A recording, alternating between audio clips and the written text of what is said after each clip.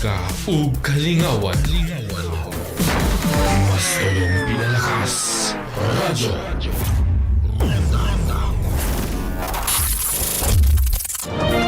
This is CNN Philippines. Now line up at vaccination sites and roll up their sleeves for their COVID-19 booster shots. And these photographs showing James Reid have fans and netizens asking if the singer-actor has another collaboration in the works. Filipinos tightened their belts as the rise in food prices hit its fastest rate in nearly 4 years. As senior correspondent Lois Calderon reports, a consumer's peso in 2018 is now worth just 87 centavos this year. Record high oil prices in the global market has been fueling how slow consumer prices rise. Inflation sizzled to 6.1% in June, within market forecast, yes, but the fastest in almost 4 years. Food is an index heavyweight. Chicken, seafood, and vegetables are now a lot more expensive. Sugar and cooking oil also receive special mention on the Philippine Statistics Authority's list of commodities it's keeping an eye on. That June reading brings the year-to-date average to 4.4%, beyond the central bank's target. Hyperinflation, wala pa naman tayo doon. Ang sinabi ko lang kanina na na-observe natin, increases sa 9 out of 13 commodity groups. So medyo spread yung pagtaas. At doon naman sa mga regions, 17 regions ay nagka-experience ng pagtaas ng presyo nitong June versus May. So yung mga indication na medyo malawak yung coverage ng pagtaas ng presyo ng bilihin at serbisyo. It's not really in a way extraordinary, but it gives you an idea that the impact is wide. Hyperinflation happens when consumer prices get out of control at over 50%. But even at 6.1%, consumers are feeling the pinch.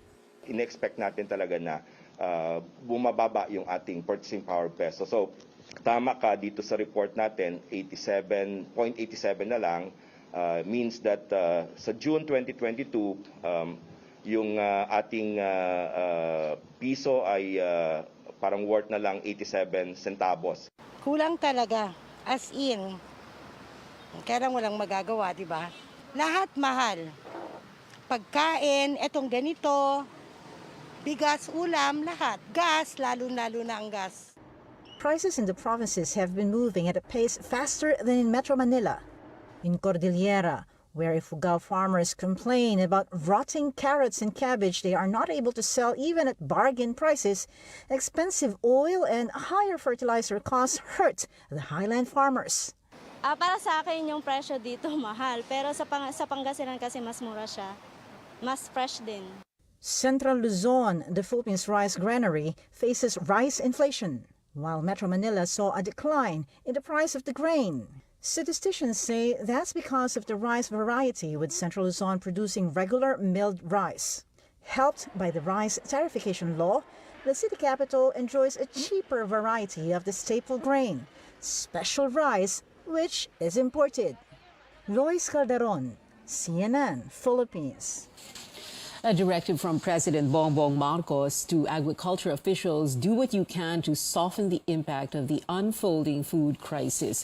The Marcos administration targets to lower rice prices by increasing production, but experts say for that to happen, the Agriculture Department should begin pouring billions of pesos more in subsidies to boost local farm yields. Melissa Lopez has more. President Ferdinand Marcos Jr. stressed the need to keep food prices low and the local supply stable. We have to think very hard about making sure that people have sufficient food, number one, at the price that they can afford. The new administration borrowed targets set by former Secretary William Dar and inspired by a program implemented by former President Ferdinand E. Marcos, targeting bountiful harvests of as much as 200 sacks of rice per hectare. Under the Masagana 200 program, farmers planting hybrid rice are expected to yield 10 tons per hectare and make a 70,000 peso profit. Current production is at 4.2 tons per hectare. Yung sinasabi niyang Masagana 150, ang target po is 7 tons per hectare. Sa ngayon, imposible siyang mangyari unless maganda yung makukuha mong seeds and then talagang bugbog sa support ang rice farmers. Magsisimula yun pag maganda yung inputs mo. And unfortunately, sa ngayon, marami talagang laganap yung fake fertilizers. The Samahang Industriya ng Agrikultura laments the proliferation of fake or substandard fertilizers which do not have the proper level of chemicals needed to enrich rice production. The group says it is preparing complaints before the DA. Food Security Advisor Manny Piñol has another suggestion. Saan ba yung merong excess production sa rice? Saan ba yung capable of producing more chicken? And then we come up with a logistical arrangement or network. It all boils down to funding. Taniman ngayon, so kailangan ng farmers murang fertilizer. Sobrang mahal ng fertilizer ngayon. So ang immediate na pwedeng magawa is subsidize o bigyan ng discount ang mga farmers para they can buy more fertilizers. The DA was allotted 102 billion pesos for 2022, just 2% of the national budget. Sinag says it should be doubled to hit at least 5% of total funding. The president also wants a long-term plan for agriculture development. But how do experts define success? That's how we measure success. Mapababa mo yung cost of production at mapababa yung presyo. Ultimately, mababa presyo sa palengke. Melissa Lopez, CNN Philippines. While consumers dig deep into their pockets for food, motorists and public utility drivers get little reprieve this week. Oil companies slashed diesel prices by 3 pesos per liter. Kerosene, which many households use, will have an even bigger price cut at 3 pesos and 40 centavos per liter, while gasoline prices are steady. Recent numbers from the Energy Department show fuel prices have risen to up to 99 pesos as of end June. But the rollback doesn't mean drivers no longer need help. Thousands of tricycle drivers have yet to receive the promised fuel subsidy from the past Duterte administration. George Quiles tells us what went wrong. It's been a long day of work for tricycle driver Manuel Traballo, so as to earn and feed his family. With the soaring oil prices, the promised help from the national government should somehow help them get by. Napakahirap. Hindi ka mukha dati kasi saglit lang namin kinikita 1,500. Ngayon kasi napagkahirap dahil sa pagtaas ng gasolina natin. But Traballo may have to wait a bit longer as the Land Transportation Franchising and Regulatory Board returned the list of beneficiaries to the Interior Department. LTFRB Executive Director Tina Casion says the names and mobile numbers of some tricycle drivers and operators mismatched. Mobile numbers serve as account numbers for e-wallets like GCash and Maya.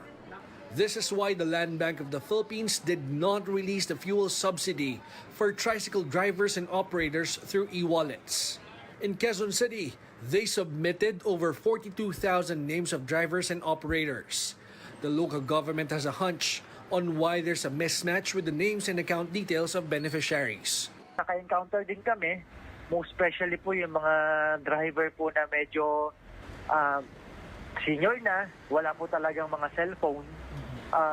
Kailangan po nila mag-submit talaga eh. So siguro po ang binigay po nila yung sa anak nila, yung sa kamag-anak po nila, which is so in my opinion po, mag-mismatch talaga. While it may take a while to correct the problem before beneficiaries actually receive the subsidy from the national government, here comes the local government of Quezon City saying it will start distributing its own fuel subsidy to tricycle drivers and operators. Through flip cards na po siya, worth 1,000 pesos din, pero nakalagay na po yung plate numbers po ng mga motor. So every time po na may fuel subsidy si city government, doon na po ipapasok. The distribution of Quezon City fuel subsidy will start on Thursday. George Quiles, CNN Philippines. A lawmaker proposes the realignment of funds under the proposed 2023 national budget to provide fuel subsidies for public utility vehicle drivers and agricultural workers. Davao City 3rd District Representative Isidro Ungab is looking to study which projects may be set aside under the National Expenditure Program to be submitted by Malacanang. This, as he insists, giving cash aid is better than suspending the excise fuel tax. Suspending the excise tax is like killing the goose that laid the golden eggs. no? Yung ating excise tax are giving very good revenues to the government, about 100 to 200 billion per year. Pag-aralan mo na kasi hindi pa natin nakita yung budget. So in the past, there were some excess fats. So yun yung pwede mong tingnan kung may possibility ba na magbawas ka doon. Or postpone some projects. President Marcos earlier said he would prefer to give aid than suspend excise taxes amid the fuel crisis.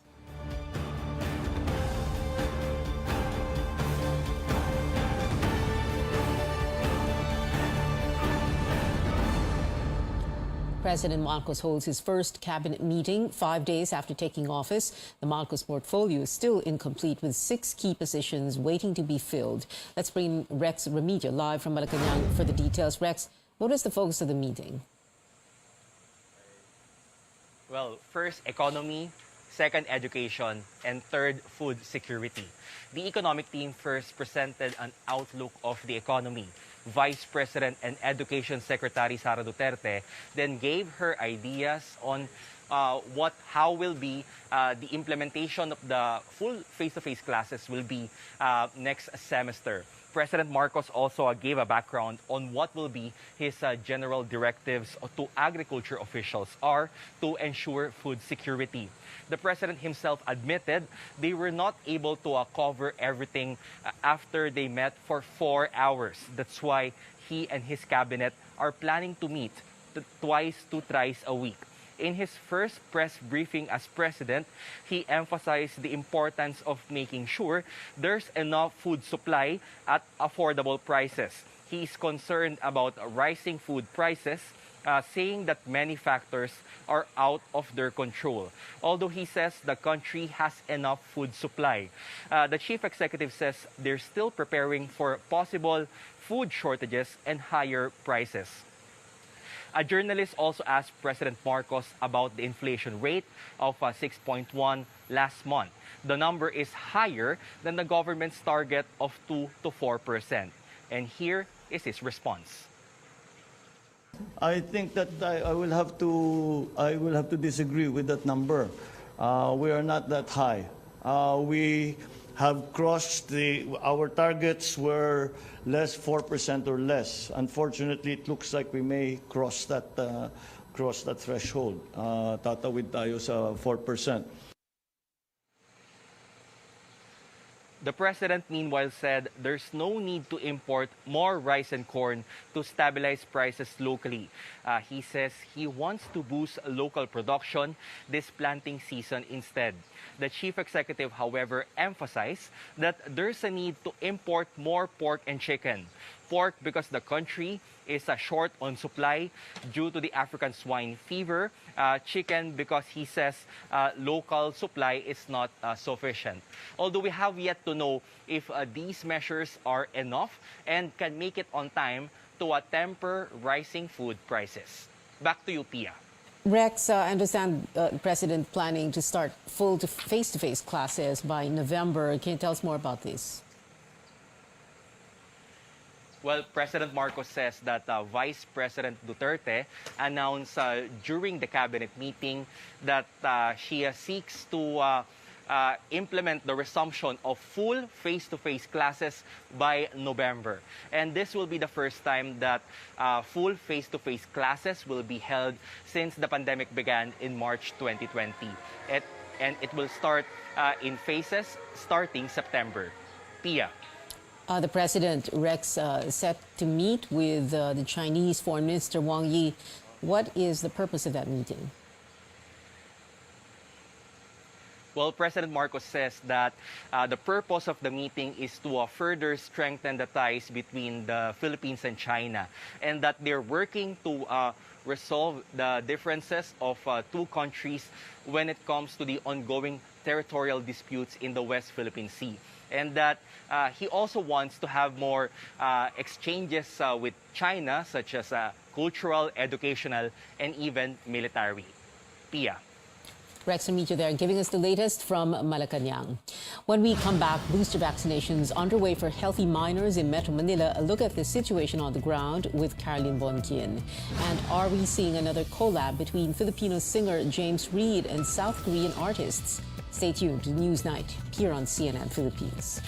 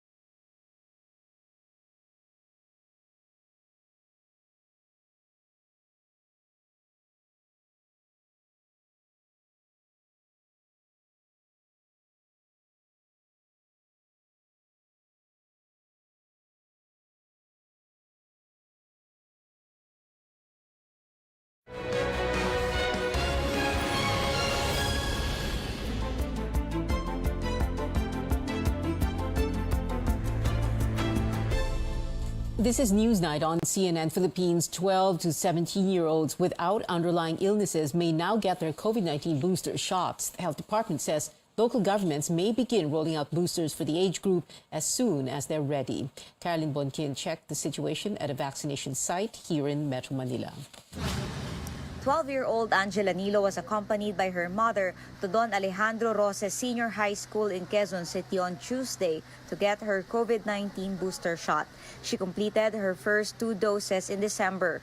Of course, I don't only think about myself, I think about my parents, you, and the rest of the people in this country that could be put at stake. Quezon City started giving out boosters to 12 to 17-year-olds on July 1st. Walk-ins are allowed as long as they present birth certificate, parent and vaccinee's IDs, and a medical certificate if one has existing illness. They should also be fully vaccinated for a minimum of 5 months. The first week of providing booster shots here is not as busy as when the kids got their first and second doses. 5 months din kasi ma'am ang interval between the primary and the second and the first booster. So it might be a factor po. Most of the vaccinees in the morning are age 5 to 11, many of them completing 2 doses. Inoculating this age group has been lagging. Of the 10.9 million target, Health Department's data show 6 million eligible children under 12 are still unvaccinated nationwide. According to some parents whose children have just completed their vaccines, they chose to wait. Hesitant po ako to do the vaccine, but then just because may nakita naman po ako na close to us, na medyo okay po, parang for ano na rin po na effective naman yung vaccine. So, I decided. Pag mag-face-to-face, kailangan din fully vaccinated. Saka sasakit din. A doctor in charge of vaccination in Quezon City says she hopes the education department will help encourage more students to get inoculated. While not mandatory, she says being vaccinated will help protect students, especially with COVID-19 cases on the rise again. Because pag nagkaroon po ng infection within the family, lahat damay eh. So dapat yung 5 to 11 is also protected. Booster shots for adolescents in Quezon City will be given in malls beginning Thursday. Health officers are hoping this will encourage more parents and teenagers to get the additional dose. Caroline Bongkin, CNN Philippines. The COVID-19 pandemic has forced another school to close its doors for good. Kalayaan College in Quezon City is shutting down after 22 years. It says the board of directors decided to end operations because of financial losses brought by declining student population and challenges caused by the pandemic. The decision will be final after it is ratified by a majority of stockholders. Kalayaan College was founded in year 2000 by professors at the University of the Philippines, led by former UP President Jose Abueva. It is a private, non-sectarian institution committed to delivering UP quality education. In other news, the Bureau of Jail Management and Penology admits drug pushers are finding more ways to smuggle illegal drugs into their facilities. Chrissy Di Matulak reports this comes as authorities work to decongest jails. Jail facilities in the country are still congested, but figures show an improvement compared to pre-pandemic times. In an interview with CNN Philippines on Tuesday, Bureau of Jail Management and Penology spokesperson Jail Superintendent Xavier Solta said the country's jails still face a congestion rate of 397%. According to Solta, the country currently has 476 jail facilities, 336 of which are full. The BJMP admits there is still a long way to go before most jails become decongested, but it says things are a lot better now compared to the situation in 2017. Kung titingnan natin yung datos natin sa nakalipas na 5 taon, halimbawa noong 2017, pumalo sa 612% ang nationwide congestion rate natin. At sa kasalukuyan ay 397% na lamang. Malaking factor dito yung mga bagong pasilidad na ginawa ng BJMP mula sa pondo na ibinigay from the national government. Aside from building more jails, the BJMP is also trying to put a stop to another problem, the smuggling of illegal drugs into their facilities. Sa nakalipas na 2 taon dahil nga sa pandemya at wala ng face-to-face na visitation, pinapayagan natin ang mga paabot at doon tayo nakakakita, iniipit sa tinapay, hinahalo sa cake, hinahalo sa ulam, at iba't ibang mga pamamaraan makapagpuslit lamang ng illegal na droga sa mga facilities natin. Kaya yun talaga yung binabantayan ng BJMP. In his first media briefing, Interior Secretary Benher Abalos said that in his first 100 days in office, he would conduct surprise visits in jails to ensure that they are free from illegal drugs. He said he would also require inmates and jail personnel to undergo drug tests. BJMP officials said they welcomed the plans of Abalos, saying that these would help them create better policies and guidelines. They would also need assistance from local government units on how to reintegrate inmates back to communities once they have served their sentence. In the meantime, the Philippine National Police said it will intensify intelligence monitoring and take necessary steps to prevent drug syndicates from reviving their illegal trade. Chrissy Di Matulak, CNN Philippines. Senator Mig Zubiri, who is poised to become Senate President, meets with several senators led by his colleague Cynthia Villar. These senators include her son, Mark Villar, presidential sister, Amy Marcos, Bato de la Rosa, Bongo, Francis Tolentino, and Robin Padilla. Zubiri says they discussed boosting economic recovery and the education sector. Villar earlier gave way to Zubiri in the Senate presidency race. Zubiri is Senate President pro tempore, serving as officer in charge of the chamber until the 19th Congress opens on July 25th.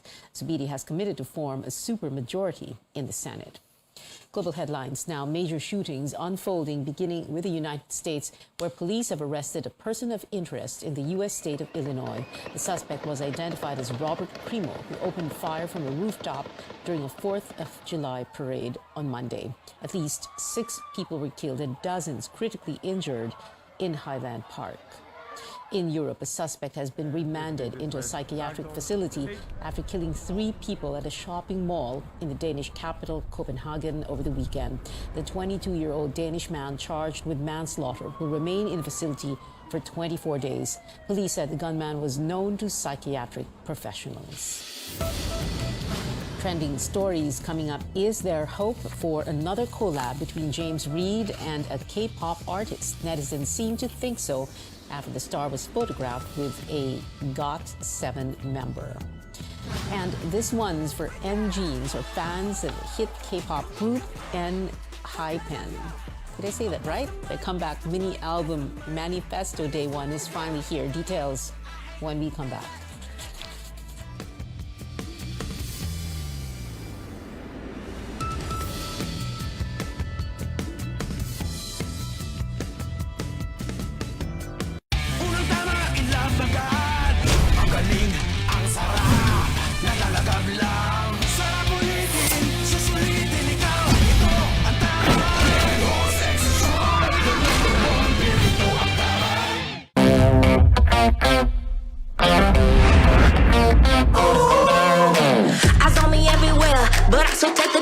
My game is always fair.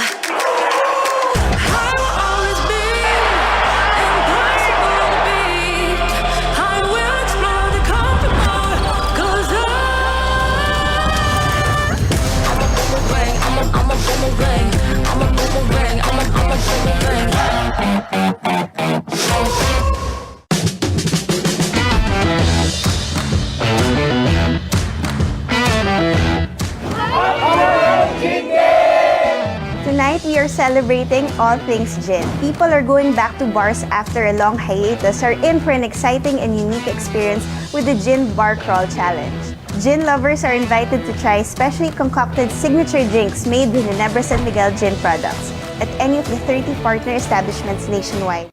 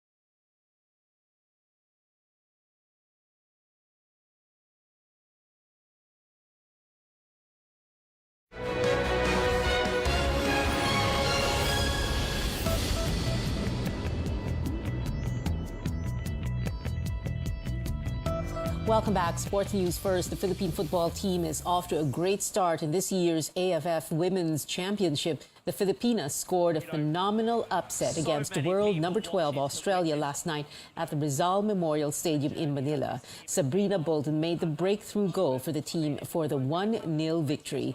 But in the next game, head coach Alan Stajic hopes to see more fans in the stands. We've got 4 games left in the group and semis and finals to come, and if we make it that far, so this team really deserves a sellout. We need to do everything we can to pack this stadium out and give these players the love they deserve. The Filipinas are playing against Singapore tomorrow at 7 p.m. Netizens are speculating another K-pop collaboration from James Reid soon, with recent social media posts showing the Pinoy singer with big names in the industry, James, and actress Liza Soberano, who is now under Reid's agency Careless Music, were spotted visiting Starship Entertainment. The Korean music label launched popular groups like IVE and Monster X. A friend also posted a photograph of Reid with Bam Bam of GOT7. Reid has worked with another member of the boy group before, releasing Hello with JB back in March. And taking over Twitter trends, a new record and music video from K-pop sensation ENHYPEN. The K-pop group dropped its 6-track mini album Manifesto Day 1 yesterday. A music video for the lead single Future Perfect, Pass the Mic, was also released. Now it has over 5 million views on YouTube. Take a look.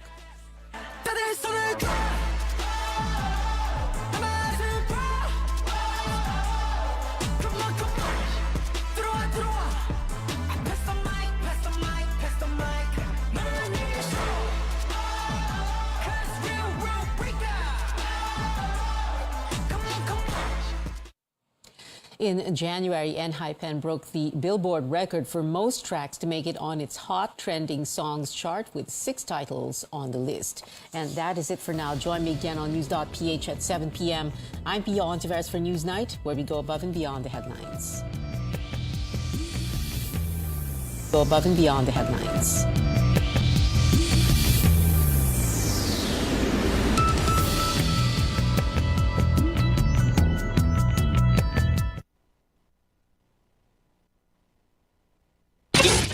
Radio Philippines Network. Radio Philippines Network. DX General Santos. DX General Santos. Una sa balita. Una sa balita. Musika ug kalingawan. Mas tulong pinalakas. Radyo.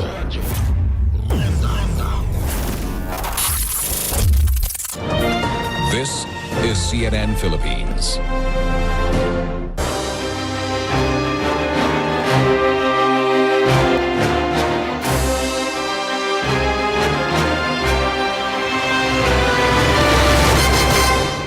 Senatorial candidate and labor lawyer Luke Espiritu goes viral after getting into a heated argument with 2 fellow contenders in a debate.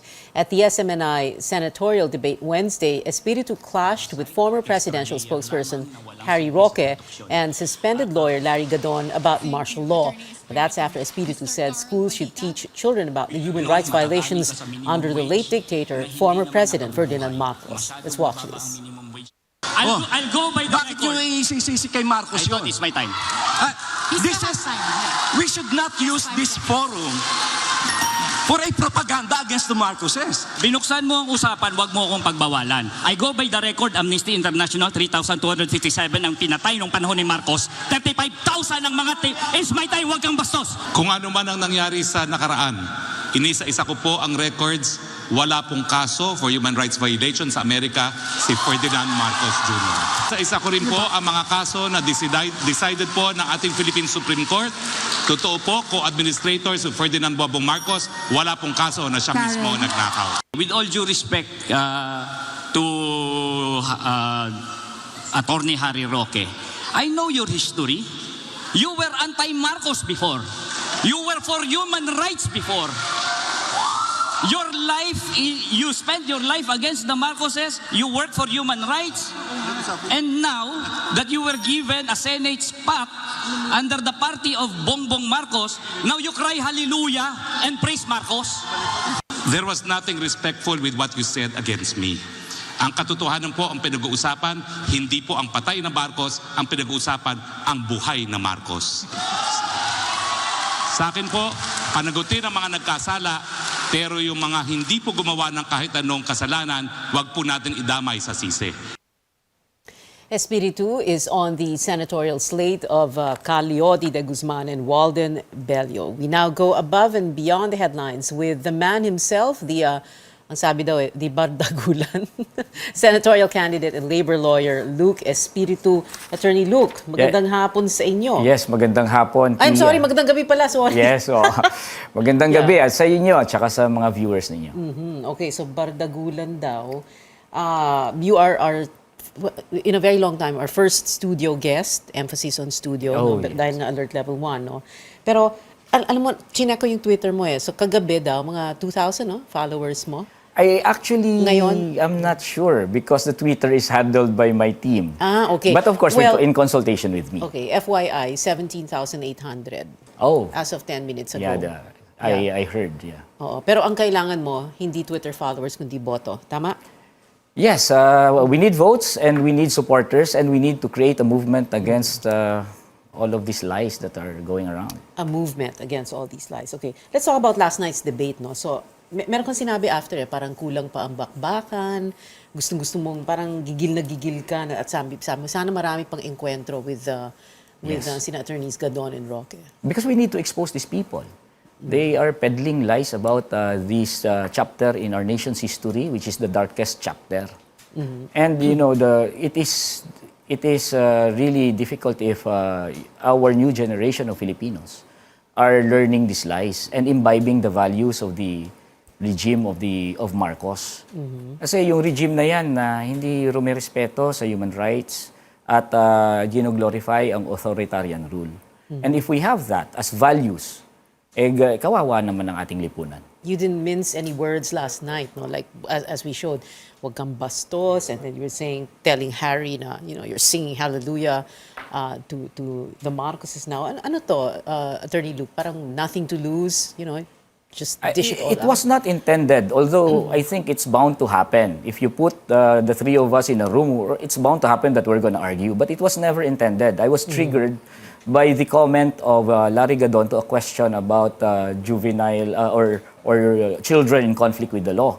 And he inserted a comment about priests teaching children about the evils of the Marcos regime. So it was a debate. And if it was a debate, you should be ready to refute that point. To do a rebuttal. And I was doing that when he interrupted me. Kung hindi niya ako in-interrupt, hindi naman ganun ka acrimonious ang exchange. But he did So I had to stand my ground. And then Harry Roque came to his defense, and I also have to answer Harry Roque. So that's what happened. If he did not insert that comment, I would just have answered the questions that were thrown to us by the panel. Okay. Meron ka ring sinabi kagabi, no? Medyo nakaka-nervous kasi when someone, politiko, kandidato, or lawmaker, the minute you say, with all due respect, parang hindi totoo parang bardagulan na talaga.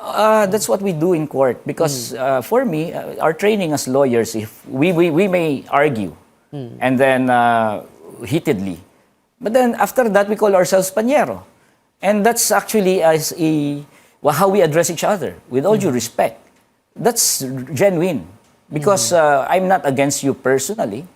That's our training as lawyers. But you are against what they say. What they represent. What they represent. And we could have a heated argument, but later on, we could call ourselves pañero, no problem. Okay. Let's talk very briefly about your background. So you went to, you're born in Bacolod, so you went to school, the first few years of grade school in Bacolod. Yes. And then lumipat kayo dito na Manila, La Salle Grade School, Ateneo High School, Ateneo College, Ateneo Law School. Law School. Yes. No? And then, so college 97, 2002. Law school. Law school. Yes. Okay. Talk to us about that first. And, because syempre people are wondering, parang you seem to have had a privileged upbringing. Those are the words that were used on social media. And it's not hindi naman siya, it's not criticism of you. It's an observation. Parang privileged upbringing, privileged background. And then you end up here as a labor lawyer. Tell us what happened. Actually, my life is a contradiction. Okay, we were not wealthy. My father was also a lawyer, but he has to raise 7 children. Wow. He was okay. a lawyer. 7. You are 7 number children. what? I'm the youngest. Okay. And hindi naman kami ganun kayaman. Professional lang ang tatay ko. At ang mga kaibigan ko ay simula pa nung bata ako ay yung mga kapitbahay namin sa kanto. And tapos naging religious pa ako, naging katikista. Therefore, talagang ang nakakasalamuha ko talaga ay yung mga nasa underprivileged ng ating lipunan. And you talk to anyone who knows me, hindi ako privileged. At talagang masang-masa ang aking lifestyle. Oo. In fact, matatawa sila pag sinabi niyong privileged ako. Doon lang ako nag-Amerikana sa SMNIA. Ganon. Okay. Yes, but if you really knew me and saw me on the street, talagang masa, napagkakamalan nga ako Kahit lawyer na, napagkakamalan tayong marami na, taxi driver, taga-ayos ng aircon. No one will say na elite ako. And that contradiction is what really contributed to what I'm doing right now. Because although my father is a lawyer, then that also qualifies us as middle class. Therefore, I could afford, or my father could afford to send me to Ateneo. Pero yung kultura ko naman manggagawa naman. Ang nakakasalamuha ko, masa at manggagawa. Therefore, fusing the two, then my intellectual development will only lead me towards the workers. So when you were in school, for example, Ateneo College, I went to Ateneo also. So you would hang out where, and then with who? What were your school orgs? My friends were scholars in the Ateneo okay. because the Ateneo, even from sa high school until college, maraming scholars yan Yun ang mga kaibigan ko. Yung mga binigyan ng free tuition sa Ateneo, and they were deserving students from the public schools. So you would see kung ano yung aking kultura. Kultura ko talaga, masa. And then, in the Ateneo, wala namang aktivismo at the time. But I was born in the Marcos era. So I was politicized at the time. My father was involved in a case, extrajudicial killing in Kabangkalan, Mayor Pablo Sola. That was a case What do you mean involved in a case? He prosecuted the landlord who was accused of killing the tenant farmers in Kabangkalan. And as growing up, those are the things that you see, you hear, and the priests in Bacolod were all activist priests. So I was pretty much politicized even when I was young. Pero walang aktivismo nung college ako until kasi bumagsak yung Soviet Union at the time. It was a time na medyo humihina ang aktivismo sa mga schools. So until law school yan. And then the Gloria Arroyo became president, and I could not accept that. And then that was the time na I was reaching out to different groups until I was so-called discovered by San Lakas. Discovered. Yes. Yeah. But you could have, as a lawyer, you could have gone corporate. You were with, what is it, IBM? Chavez Miranda Asiocho. Okay. Asiocho, the law firm founded by former Solicitor General Frank Chavez. Okay. Yes. I joined them in 2004 until 2008, and the reason why I left was because I told Frank Chavez when I was alive, I'm going to join the revolution. Yes, and which revolution? Which one? 2008. Well, that was just a matter of speaking, but I'm going to join the mass movement, which will be. So, kumbaga dun talaga yung puso mo na you wanted to be on the labor front lines and picket lines, ganun. Yes, at heart I'm an activist. Okay. What is it? We're going to have to take a quick break. Do we need to take a break right now? Yeah. Okay, wala na tayong break. Dire-diretso na tayo. Sige. Okay. I also brought up yung Ateneo background mo kasi nag-com arts ka, no? Communication arts. And earlier, before the show, I was asking you, com arts, why would you take com arts? And then biglang nag-abogado. And you said it was just a pre-law course. Yeah, it was pre-law. I was not really into it. So I just, my aim is really to become a lawyer. It was a random choice in the Ateneo. I just wanted to breeze through college so that I will have a pre-law degree. And then I'll proceed to law school. Okay. And, well, I was wondering also communications, which could mean that, alam mo yung value of communicating, and therefore, value of communicating in a clear and concise manner, the way you did. No, I learned that not from school. I learned that from Ninoy Aquino. And from the great orators like Malcolm X. I study them. I study their style. Because honestly, I think that it's part of convincing our kababayans. Okay. Let's talk about the legislation, the kind of legislation you would like to do if you are elected. Although, if you look at the surveys, parang medyo nandun ka sa I'm baba. at the bottom. Yeah, yes. Okay. But, kapag nakita mo yung listahan na yon, syempre isipin ng tae, kaya pala ninenervous yung mga negosyante at mga negosyo sa kanya, kung quote-unquote, kung ano-anong naisip niya, no? The question here is, what's good for business and businessmen doon sa mga gusto mo mangyari, di ba? Like, you don't want any more, yung mga manpower agencies. Manpower agencies. Yes. It's not bad for them. It's not bad for them because the manpower agencies are useless. They are parasites. They don't have any purpose or importance in doing business. They are just another layer created in order for our companies and establishments to deny employer and employee relationships. We will do away with the manpower agencies, business will go on. And imagine ninyo to, Pia, okay? You hire a worker and then you give 10% on top of their salary to the manpower agency. You actually spend more for each worker. So for every worker you hire and pay 537 pesos. That's at least based on the Dole regulations, based on Department Order 174.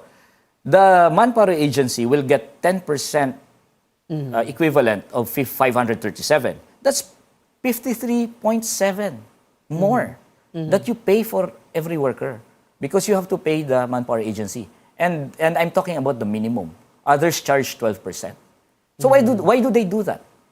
Why would they spend more? But when the worker, organizes a union and proposes CBA, hindi nga nila nakukuha yung 53.7 pesos increase a day. Ang mga binibigay lang ng mga establishments natin ay minsan piso, 2 piso, 10 piso, malaki na. But they're willing to spend 53.7. Yeah. Calyodi brought it up also during the debate, 750 pesos minimum wage. Do you think that's even possible? Is that something that businessmen, big business will want to do? Yes, because salaries are really below, way below cost of living. And ideally, you pay your worker the cost of living. That's how the system works. You pay your workers anything that is necessary for the worker to be able to work the next day, meaning to say everything, food and electricity, anything that is necessary for that, that's what you pay the worker. And the excess of that is your profit.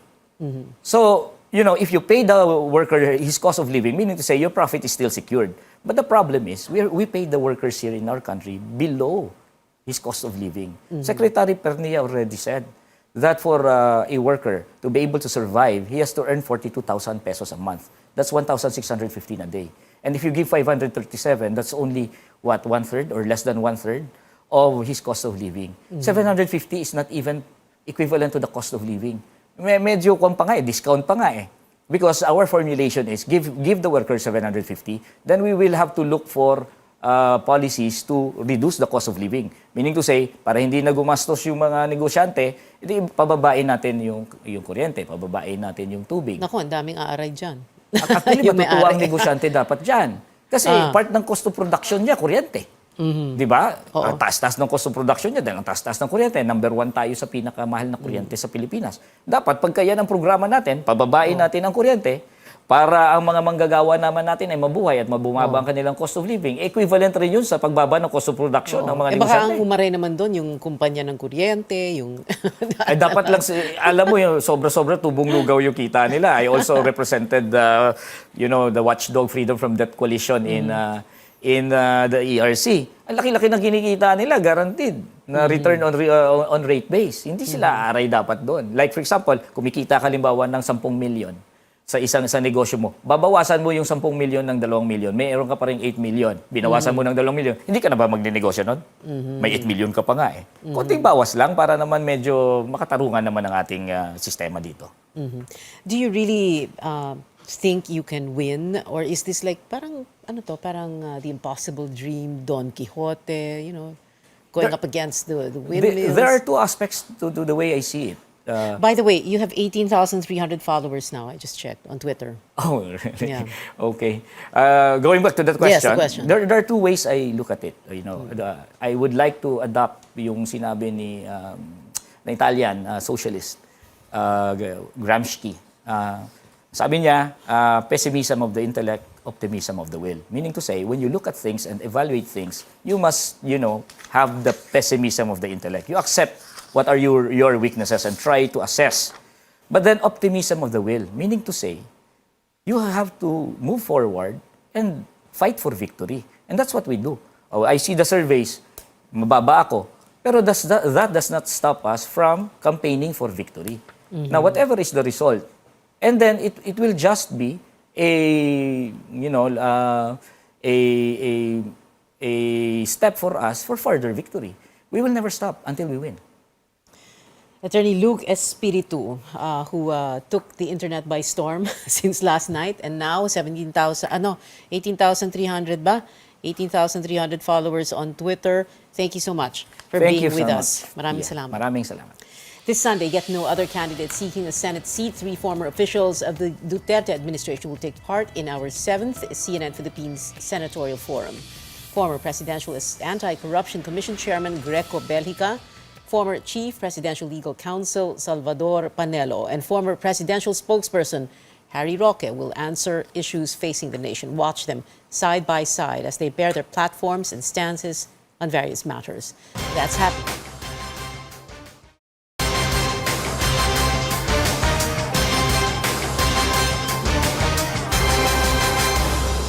That's Radio